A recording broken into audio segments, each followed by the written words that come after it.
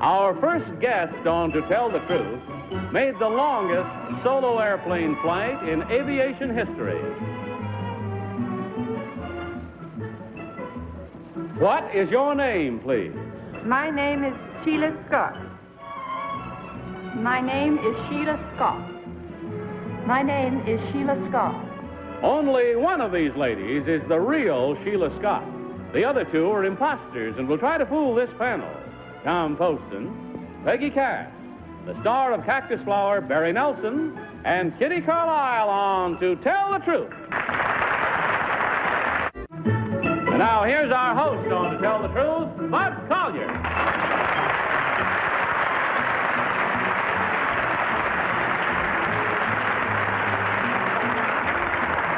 Thank you very much. Welcome again to Tell the Truth. Good evening, panel. Good evening, Bud. Boy, do you all look elegant. Wow-wee. Barry, welcome to the Nighttime Show again. Thank you. Always good to see you, Bud. You're Thank you always very welcome. much. Open up your envelope, if you will, this first one, and follow along with me. I, Sheila Scott, am a former actress. About 7 years ago, I read a magazine article entitled, "Why Don't You Learn to Fly?" I was between theatrical engagements at the time, so I did learn to fly. I have since become a professional pilot and have logged over 1,700 hours in the air.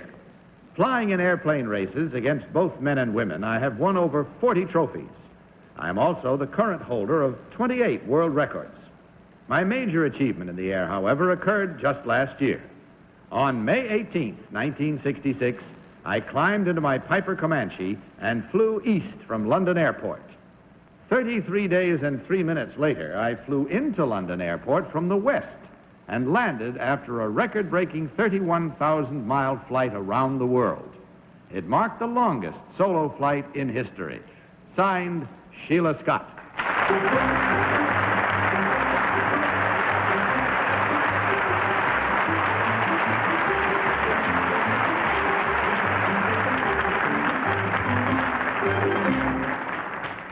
Panel, these three ladies all claim to be Sheila Scott. Let's start the questioning with Tom Poston. Tom? Thank you. Number two, what is the purpose of flaps on an airplane? Flaps are to reduce your speed. And at the same time, number two, doing what else? Well, they assist when you're coming into land. They reduce the speed. Thank you. Number one, what are cowl flaps for? Do they reduce your speed? Cowl flaps. Cowl you know flaps? what cowl flaps are? Number one? Number one? Number one? No, they don't reduce the speed. They might cool the engine. Thank you. Number three, do you have to file a formal flight plan in advance all the way around the world when you make a flight like that, or how do you file a flight plan? Well, you start off with a preliminary flight plan. You might have to adjust it now and then, due to... Thank you. Peggy Cass. Thank you. Number one, you used a Piper Comanche. Did you have a radio in the Piper Comanche? Oh, yes. I once flew in a plane that didn't have a radio. It made me nervous. Number three, did you fly at all by night? Oh, yes. Well, number two, how big is a Piper Comanche? How big? Oh, I always think of them as being little. Tell me, number one, what kind of a plane was a Hurricane? A fighter plane. Thank you. And number three, could you tell me the name of the two English Navy flyers who first flew the Atlantic as a duo? Ta-da. Do you know the name of those? No, I'm sorry, I don't. Oh. Number two, since you had to fly east, did you fly over the Iron Curtain countries? On your way around the world? No, not really. It's partly... Barry Nelson. Thanks, Bud. Number two, how often did you have to stop for refueling? Well, on this particular flight, I stopped 32 times. Did you get much sleep? Was that a factor? Not really very much, no. Well, I mean, did the speed, not only the length of the run, but the speed, was that important too? How fast you did it? Well, I was trying to break a record, and naturally speed does help break records, but it's weather conditions and everything and how much fuel Thank you. you're carrying. Number three, how fast could this plane go? Oh, top air speed's around 171 miles an hour. Number one, when you made the final landing, was there much of a ceremony or fuss made, or did people expect you in? Oh, yes. Lots of people there to meet me. Thank you. Kitty Carlisle. Number 3, how many dresses did you take with you? Oh, about 6 wash and wear dresses. And I was a supposing bikini. it was cold, number 2, where you landed. Well, I had ski pants and heavy woolen sweaters, just a few. Number 1, what's a chandelle? I think this is an American expression. Oh, all right, thank you. Number 2, we have something here called a powder puff derby. Do you know what that is? Yes, it's a transcontinental all-women's air race. Number 3, a jet plane in a 180-degree turn needs how many miles to make it? I would think, I don't actually fly jets, but I would guess somewhere in the region of 800-900 miles. How much? 800-900 miles. Thank you. an hour. Number 1, who is Jacqueline Oriole? That's all the time we have. I'm sorry to say it is time for you to mark your ballot. So if you'll do so, panel, I shall be gratified, and I'm sure you will too. Vote now, without change, without any consultation, for number 1, number 2, or number 3. Our team of challengers will, of course, receive $250 for each incorrect vote. Are your ballots all marked? You haven't marked yet. Are you the last, Kitty? All right, Tom, for whom did you vote? Well, I think perhaps 1 is anti-Franc or something, because surely chandelle must have come from France. And I'm sure she knows what it means, if she's the real one. I should tell you, though, that of the several hundred flying spots that have been on the show, I, who used to be a flyer, have gotten 1. Peggy. Well, I voted for number 2 because I think she looks as though she used to be an actress. Barry. Tom's revelation came as a devastating statement to me, personally. 1. He only got 1 out of... Kitty. Well, I asked one of Tom's questions, and I do think that a flyer should know what the chandelle is, because I think it's an international term. And I think it's number 1, but I voted for number 2 because of that. Okay. All righty, there we have it, with the minds made up on kind of a split basis and reasons the same way. Let's find out now which one of these ladies, in truth, is Sheila Scott. Will the real Sheila Scott please stand up?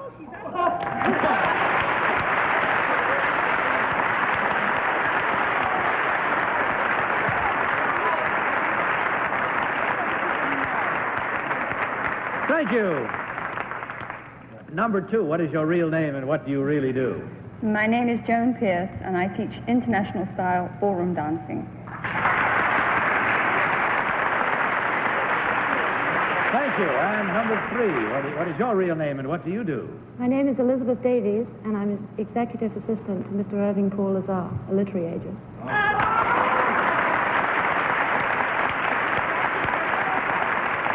Well, ladies, in checking the score, we find you did very well. There were 2 incorrect votes that they cast, and that means twice $250, total therefore $500. Thank you for being with us. Hope you had as much fun as you seemed to. Goodbye, and God bless you.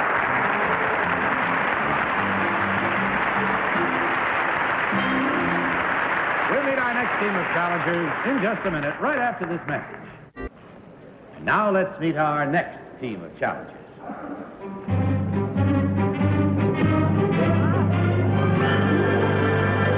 What is your name, please? My name is Andrew Crichton. My name is Andrew Crichton. My name is Andrew Crichton. Follow along once again with this one, if you will, panel. I, Andrew Crichton, live in Westchester County and commute to my rather sedentary job in New York City. 5 years ago, approaching 40 years of age, I began to realize that I was in hideous physical condition. I started to run for exercise. On my first attempt, I lasted for about 100 yards, but gradually began to build up my stamina. One day, when I had missed my morning train by just a few inches, I got so annoyed that I ran all the way to Manhattan, a distance of some 20 miles. I got to work about 2:30 in the afternoon, tired but exhilarated. Last year, I entered the famous 26-mile Boston Marathon and enjoyed it so much that I entered again this year and finished 107th out of 435 starters. Last month, I flew to Los Angeles and entered a mile race for men over 40. I did the mile in 5 minutes, 5 3/10 seconds.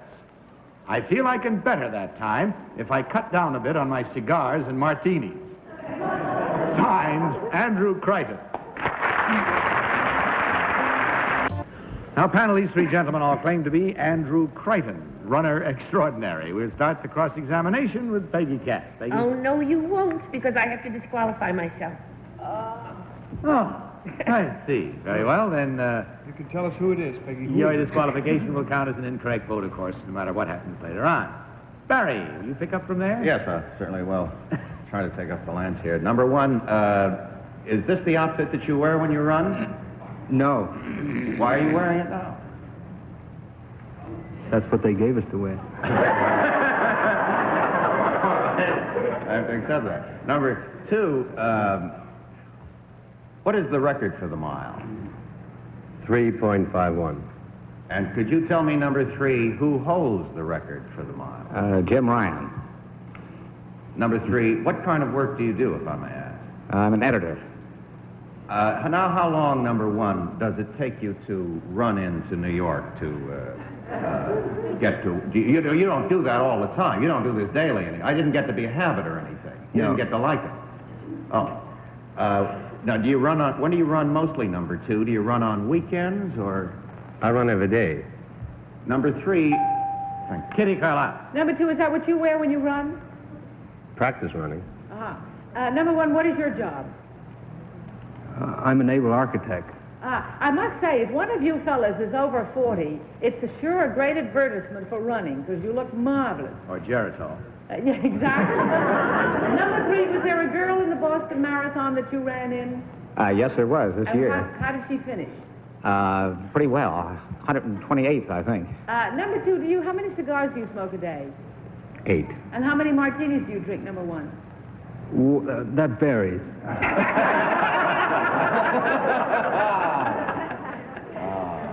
Number two, what did your boss say when you arrived having run 20 miles? Well, he has learned to put up with me because he has long ago decided I was a little off anyway. Number three, what do people say when they find you on the street running?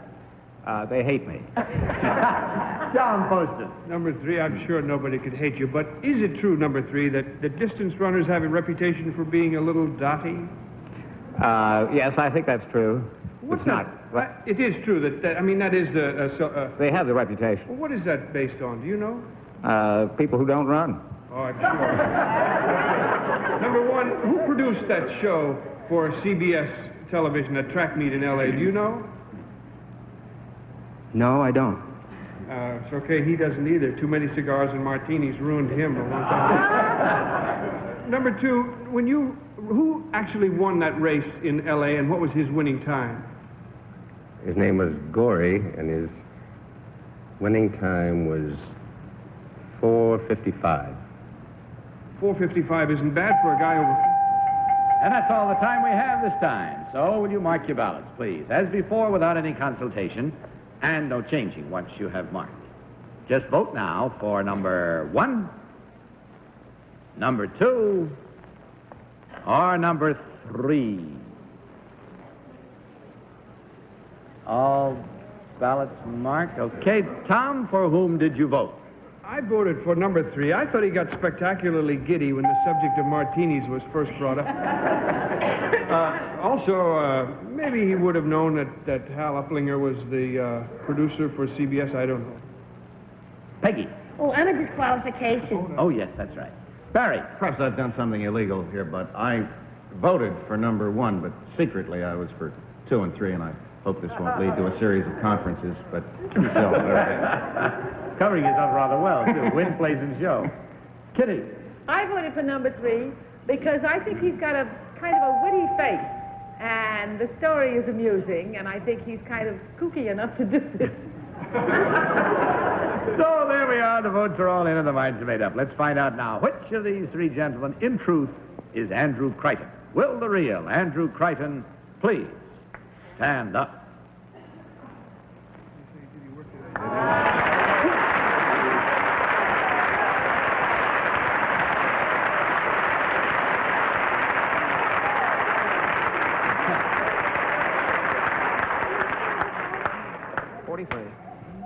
And incidentally, Andy Crichton is senior editor of Sports Illustrated magazine. Had to take it up, right?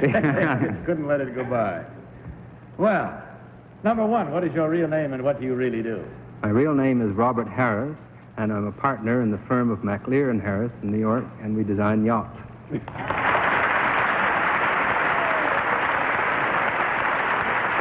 you very much. Number two, what is your real name and what do you do, sir? My name is Ed Pollock, and I'm a market research analyst and a nightclub singer.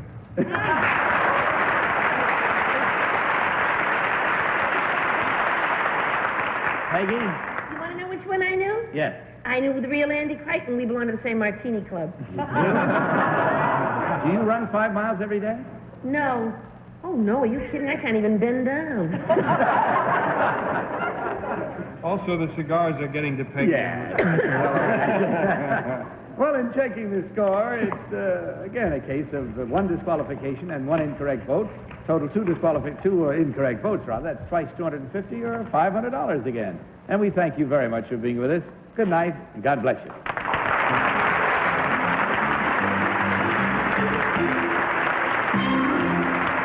We'll be back with our next team and play another game in a minute. But now, listen to this. Now let's meet our third team of challengers.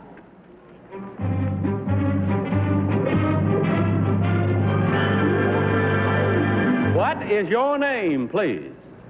My name is George V. Allen. My name is George V. Allen. My name is George V. Allen. Once again, panel, will you follow along? I, George V. Allen, am director of the Foreign Service Institute. Operated by the Department of State, the Institute is a center for the education and practical training of personnel assigned to serve in United States embassies, consulates, and other government agencies abroad. The Institute's 19,000 students are enrolled in courses covering foreign policy, languages, and administration. Personnel serving the United States abroad, from ambassadors to secretaries, attend the Institute. My present job is a logical extension of a career which has spanned more than 30 years, I beg your pardon. I have represented the United States as ambassador to 4 different countries and have twice been Assistant Secretary of State. I hold the permanent classification of Career Ambassador, the highest rank accorded to any American diplomat. Signed, George V. Allen.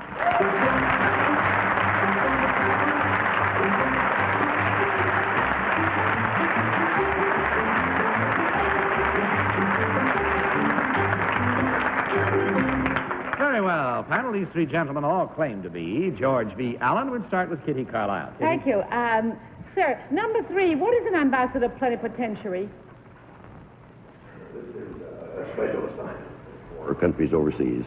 Number 2, in the State Department, men are rated according to what? Numbers or ABCD, or how is it? By rank, ambassador, consul, Yeah, but I mean, etc. in your rank, you're rated. Do you know number 1 what I'm yes, talking you about? start out as number 8 and to number 9. It's a civil service rating. Right, and which is the highest? Does it go up 20, or down? It goes up to 26. Uh-huh. Number 1, what is the smallest consulate we have all around the world? Which would be the tiniest we want to be assigned to? I have no idea. We've just opened a new one in Africa recently. It probably has 2 people. Thank you. Number 3, what is the newest African country? Tom Poston. Mighty proud to have my sovereignty back again. Number 2, how does a person get training for the diplomatic corps? Well, there are several colleges that you can go to. Georgetown has a very fine undergraduate I've course. heard of that. Number 1, may I ask, how did you get your training? Not in the office, but before office. I went to Duke University for undergraduate studies and to Harvard for a master's. That was before you ever even started to work in the State Department. That's right. Thank you. Number 3, we're proud to meet you, but I would like to ask, is it true about those numbers that number 2 was telling about? No, sir, it isn't. Well, what is that ranking? Well, the lowest grade is number 8, and it works up to number 1. Peggy. Oh, gee. Ambassador number 2, have you ever written a book? No, I haven't. Oh, because George Allen was a very good friend of some presidents. I thought maybe you were he. Number 3, to which country is David Bruce ambassador? Pardon me? David Bruce, to which country is he ambassador? Bruce. Bruce, I don't think I know at the moment. Oh. And number 1, 2 ambassadors just got married at Love in the State Department. Could you tell me who they were? Carol Lace in Nepal married Ellsworth Bunker. I think that's sweet. And number 2, who is the ambassador to France? Name escapes me, Paris. Excuse me. Barry. Number 1, where were you the ambassador? What countries did you represent? In Iran, in Yugoslavia, in India, and Greece. Thank you. Number 3, is there any favored treatment given to an ambassador, say, versus a secretary going to your school? First what? Is there any favored treatment, say, to an ambassador as opposed to, say, a secretary in your school? Is everybody treated the same? Oh, I think we treat all of the people the same. We have 19,000 people in our school, although half of them are in branches overseas. Thank you. Number 2, where do you draw the teaching personnel from? From our own department, Department of State, and then for particular specialized items elsewhere. Thank you. And that's all the time we have. Once again, it is time to vote. Please do so without any changing after you've marked, and, of course, without any consultation with each other. Vote for, as usual, number 1, number 2, or number 3. You all marked? Tom, for whom did you vote this time? Well, I voted for number 1. I think that this man is poised and calm and believable and earnest, and we haven't had any trouble with those 4 countries that he represented us in, so... Peggy Cass. Oh, I voted for number 1. He looks like, if you lost your passport, he'd be sweet. And also, so he's our man in Madrid. Barry. I had to go along with number 1, too. Of course, education is Orson's field, and I just thought he'd have liked it this way. Kitty. Well, it's a great pleasure to meet whoever it is. I thought that number 3, not knowing Mr. Bruce in England, and number 2 got the ratings mixed up, I think. And number 1 was awfully quick on Love in the State Department, so I voted for number 1. Very well, then we have the votes all in and the minds made up as you heard. Let's find out now what's the truth in the matter and which of these 3 gentlemen is George V. Allen. Will the real George V. Allen please stand up?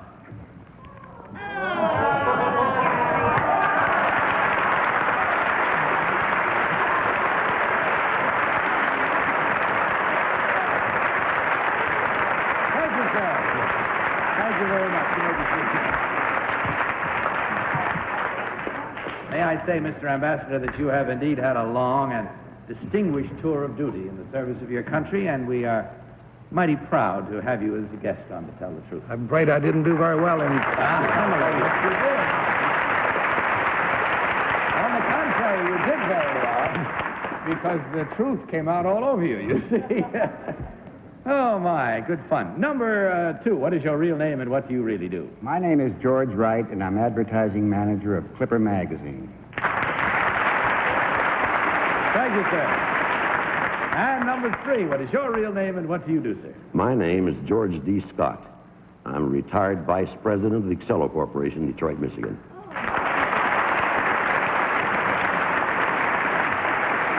And audience, in case number 3, who just answered, looks slightly familiar to you in any way, it's because Mr. George D. Scott is the father, and proudly so, of the fine actor George C. Scott.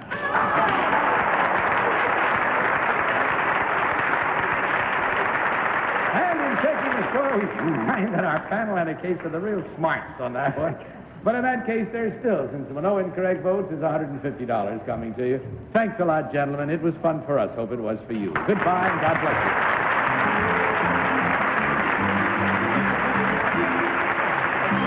We'll be back in a minute, but right now, this important message.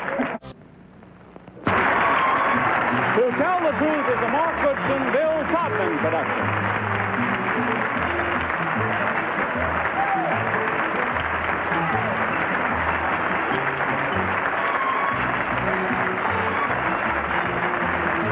This Carlisle dressed by Bill Black. This is Johnny Olson speaking. Tonight's program was pre-recorded.